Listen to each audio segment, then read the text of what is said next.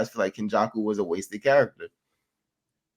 You want to go, Mark, or you want me to go? I'll go. So with Kenjaku, right? This is a guy that's been swapping bodies for centuries, right? He's been hopping bodies, trying to, devote himself to a plan.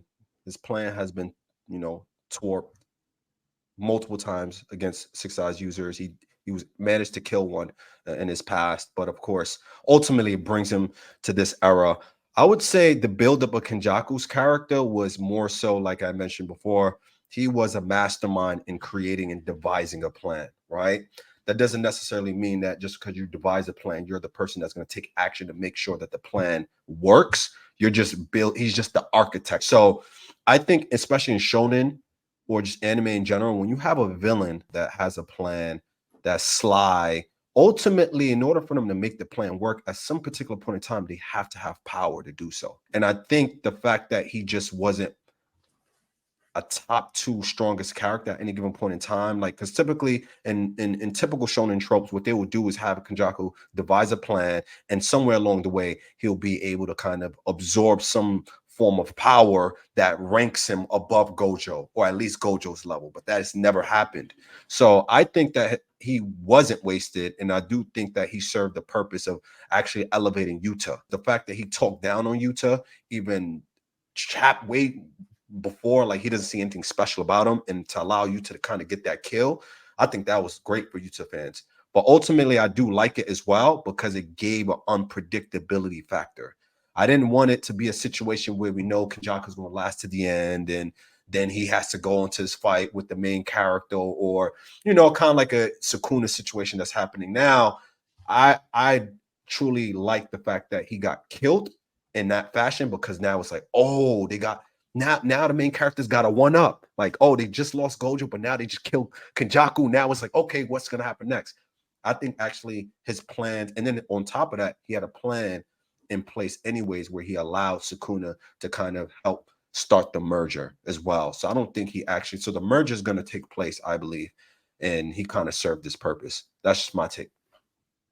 No, so yeah, my take is going to be short because I agree with everything Mark was saying, and it was kind of like the writing was so great with Kenjaku, how in Jujutsu Kaisen Zero, like Yuta defeats Geto, and Yeah. then Kenjaku takes over Geto's body, and now Yuta is the one that killed Kenjaku too. Like I thought that was just amazing writing, like just to bring it all full Full circle. circle. I thought Yeah. that was great. And even though we saw him as like the mastermind, and we didn't really see, like, even though he clearly the mastermind out of the entire show, we saw how powerful he was in the fight with Yuki. So the fight with Yuki kind of gave us more than what we kind of expected. And I like the whole comedic relief, and because I forgot the character's name. Takaba. Yeah, Takaba's his technique is OP. Like it's so OP when you really think about it and dive deep, that Kenjaku, being as intelligent as he is, to be able to get out of that, was he had to focus so much on getting out of getting out of that technique that he didn't even sense Yuta or anything else going on. So it makes sense. It makes perfect sense, and I appreciate the writing with Kenjaku. For me, I guess his story, even though he's gone, his story is still not fully written. To me, Kenjaku is going to be wasted if we don't fully get the fleshed out background of Yuji.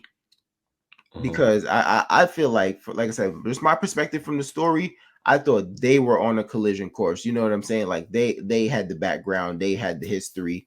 And I feel like if we don't really get a fleshed out background of Yuji, let's say it ends, right? Let's say, for the sake of this, let's say Yuji, Yuta, Maki, and them win, they beat Sukuna. Let's say the merger doesn't happen, or whatever, the merger happens and it's not what we think, and it just ends, and we never fully get Yuji's story. Then I'm gonna feel cheated by Kenjaku, because I feel like I needed Kenjaku to finish driving that story and bring it out. Like, why him? You know what I'm saying? Why him? Why did you do what you did? You know what I'm saying? Like, we need those answers. What is so special? How did he get these abilities, these techniques he has? So it's like if we don't ever fully get that, I'm gonna feel like, damn, Okay. Kenjaku was wasted in my opinion. In that. Just like a Kenjaku backstory, like a Kenjaku, like because with Well, I need a Yuji backstory because Yuji's the main character. Yuji, he's the guy who started me on this journey. So if I don't ever get to fully understand Yuji, then it's just like, damn, what was this not main villain, but what was this villain for? Who really pushed Yuji? You know what I'm saying? Yeah, I feel like we see that coming. I think it's coming. I don't. If it doesn't happen, then I don't understand why it didn't happen. But I think all the roles, like Mark was saying earlier, like Juji, he pushed stuff, like little things here and there, and he always brings it back because we know Kenjaku took over Yuji's mom's body, had Yuji to create the vessel for Sukuna, so I think I could see that coming. Because and then also like with they would have to bring it up because then it's like, okay, who's Yuji, right? Especially with the signs, him fighting Sukuna when Sukuna took over Megabe's body. Sukuna says, oh, you're him from back then, and he says, Kenjaku, you're a creep. I guess my question to you is, Rue, do we really need Kenjaku to be alive to get that backstory from you about Yuji, right? Like, but no, what I'm saying is, I didn't say like him dying. I'm just saying like he was wasted. If like he did all this, he had all this master plan. You know what I'm saying? We don't ever really get the evolution of Yuji. Like yeah, Yuji is stronger. You know what I'm saying? But it's like if we never really find out, like Kenjaku doesn't have to be alive. You know what I'm saying? It could be a flashback. But if we don't get a fleshed out Yuji story, then I feel like I get what you mean. What was the sense of this guy? You know what I'm saying? Doing everything and you telling us his involvement with Yuji, but we never really understand Yuji. Okay, why essentially Kenjaku, of course, hyping up Yuji to be because he says, oh, I expect great things for you. Because I think throughout the story, right, Kenjaku is definitely one of the villains, right? And then we just have Yuji in this polarizing figure, Sukuna, even though we have Gojo and Sukuna in terms of being at the apex predators, but on a psychological level, you see Yuji and Sukuna, where Yuji is one of those he's one of those forces in the story that is like he never gives up, he stays on his path, and he's gonna always fight against evil. And then you have Sukuna in the background where it's like he hates what Yuji stands for, right? And it's actually leaked in the recent chapters. He's like, every time he looks at Yuji, he gets this unnerving feel. Like he doesn't like Yuji. He doesn't like what Yuji stands for. He doesn't like you. So it's kind of like these two forces on a psychological level, on a soul depth level that's going against each other. And I feel like, Kenjaku could probably have given us more hints on what Yuji truly represents. But I think that's probably done on purpose.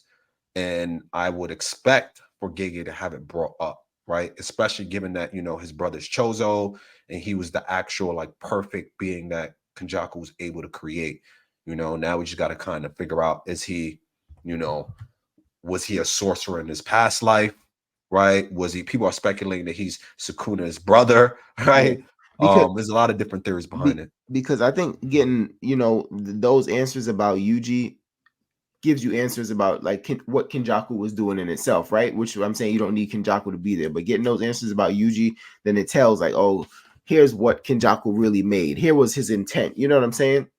Like if we never revisit those, then it's just like I just feel like another information that was put out there and just left out there and wasted, like the bodies. You know what I'm saying? Yeah. We definitely need to get so. I'll be actually shocked or very surprised if they don't bring anything about Yuji's past I'll be very, very surprised and I'll be very disappointed because that's been built up. But it's like almost at the pace that we're going now, I'm not really sure where you fit it in unless he needs to get that massive power up to be able to beat Sukuna. Then maybe, you know what I'm saying? I don't really know where they fit it in the way the story is moving right now. Yeah, I think they'll have to fit it in somewhere in Sukuna either dying and a merger happening or the merger happening and then that creature that takes shape or form and then usually being inserted into that equation, right? At that particular point in time. Some type of plot twist. I think that's the only way it will probably come full circle is literally at the eclipse or at the actual top of the story where it ends. I think that's the only way. Did they give us a time frame? Did he give us a time frame of when he trying to end the series? He I said like believe a year, so, right? like about a year. He said about a year. He wants it to like be. He wants it to end. The only thing is, because he said that the story's already. That's the thing too. The story's already written out. It's supposed to be. It's written out. The Mm-hmm. ending is already made. Compared to like a lot of these writers, sometimes they write stories and they continue the stories on. They try to fix pieces as they go along, and Yeah. that's why the ending kind of looks a bit weird, right? Like right, with Attack on Titan, masterpiece, right? But at the ending of it, it kind of was like you could tell he was kind of indecisive in how he wanted to end the story. Whereas with Jujutsu Kaisen, it just looks he has everything planned out. It's just a matter of just drawing it. So we'll see, unless he changes his mind and changes a few things. I I mean, think we'll have to see. it's very rare you get a satisfying ending from an anime. Yeah, of course, If because you everyone has their own opinion on yeah, how so they want the story to Yeah, end. yeah. Absolutely. it doesn't have to be satisfying. I just think it has to make sense and It just limit has to the make plot sense. holes. Limit the plot holes. I think if you dig hard enough, you're always gonna be able to find a plot hole, but limit the plot holes. You know what I'm saying? I agree. I agree. It just has to make sense. And if it makes sense, then I can't really complain too much about it. I may have a preference, but I can't say the ending was, I would say, the wrong way to go about it. Now, if you have, all these plot holes and these terrible writings with Super One Piece. and all these other animes, yeah, then it becomes an issue. But oh my god. But like I think Jujutsu Kaisen is definitely setting the bar, and I think it needs to like just fix certain areas because I think it is moving in a direction that is really they need to tread lightly Tread because right carefully, now for it's real. it's That, it's that's what I was yeah thinking. Yeah. yeah they need to tread carefully. It just won like nine awards. Like It they just definitely had did. the Yeah, anime award. It basically sweep. So it's yeah, like they definitely did. Sweet. I did see that they won mad awards. they They won like came out the nine. awards. So it's I like see. everything is there for this to be one of the greatest shows ever, one of the greatest series ever. It's just like you gotta just end it right. Yeah, Especially if you're not going to continue it, if you're not gonna do any spin-off or anything, like no prequel or nothing, you gotta fill in a lot of plot holes. I agree. I agree. Yeah.